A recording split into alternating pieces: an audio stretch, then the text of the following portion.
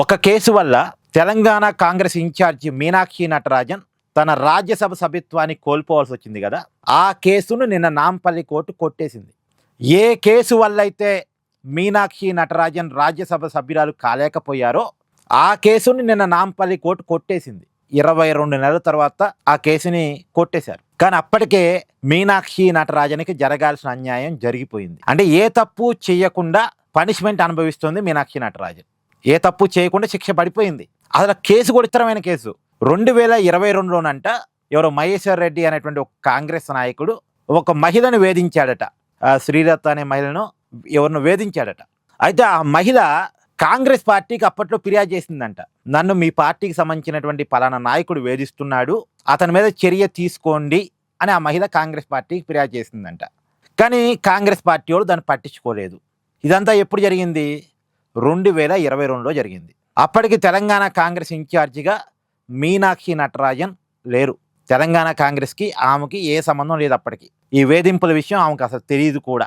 అయితే కాంగ్రెస్ పార్టీ వాళ్ళు నేను ఫిర్యాదు చేసినా పట్టించుకోలేదనే కోపంతో ఆ మహిళ 2024లో ప్రైవేట్ కేసు నమోదు చేసి పలానా వ్యక్తి నన్ను వేధించాడు, ఆ విషయాన్ని వాళ్ళ పార్టీకి కూడా చెప్పినా పట్టించుకోలేదు అని చెప్పేసి నోటీసులు పంపించింది. వాళ్ళ పార్టీకి కూడా, అంటే కాంగ్రెస్ పార్టీకి కూడా నోటీసులు పంపించింది.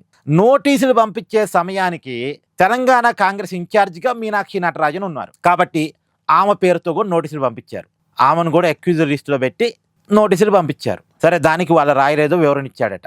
ఏదో మీనాక్షి నటరాజన్ వాళ్ళ రాయరు అలా వివరణ ఇచ్చాడట. అసలు నిజానికి ఈ మహిళకు సంబంధించినటువంటి వేధింపుల విషయం మీనాక్షి నటరాజన్కి తెలియదు. ఏదో తెలంగాణ కాంగ్రెస్ ఇన్ఛార్జిగా ఉన్నారు కాబట్టి ఆమె పేరుతో నోటీసులు వచ్చాయి, దానికి వాళ్ళ రాయరు వివరణ ఇచ్చాడు అంతే. ఆ కేసు గురించి పెద్దగా మైండ్లో లేదు కాబట్టి ఆమె నామినేషన్ పత్రంలో ఆ కేసు గురించి ప్రస్తావించలేదు రియాలిటీలో అయితే. కానీ ఆ కేసు ఏమైంది, ఆ కేసు ఉందన్న విషయాన్ని గుర్తించిన వాళ్ళు కాంగ్రెస్ వాళ్ళే బీజేపీ వాళ్ళకి సమాచారం ఇచ్చారని బీజేపీ వాళ్ళు చెప్తున్నారు. సరే, ఎవరో సమాచారం ఇచ్చారు పక్కన పెట్టేస్తే, బీజేపీ వాళ్ళు మొత్తానికి ఈ కేసు ఉంది కానీ మీనాక్షి నటరాజన్ తన నామినేషన్ పత్రంలో పెట్టలేదని చెప్పేసి ఎలక్షన్ కమిషన్కి ఫిర్యాదు చేయటం. ఎలక్షన్ కమిషన్ అవును కేసు ఉన్నప్పటికీ మీనాక్షి నటరాజన్ దాన్ని నామినేషన్ పత్రంలో చెప్పలేదు అనే కారణం చేత ఆమె యొక్క నామినేషన్ తిరస్కరించడం, ఇదంతా మీకు తెలుసుగా. ఇక దానివల్ల ఆమె రాజ్యసభ సభ్యురాలు కాలేకపోయింది. చూసారుగా ఎంత విచిత్రం. పాప ఏ తప్పు చేయకుండా పనిష్మెంట్ అనుభవించింది మీనాక్షి నటరాజన్.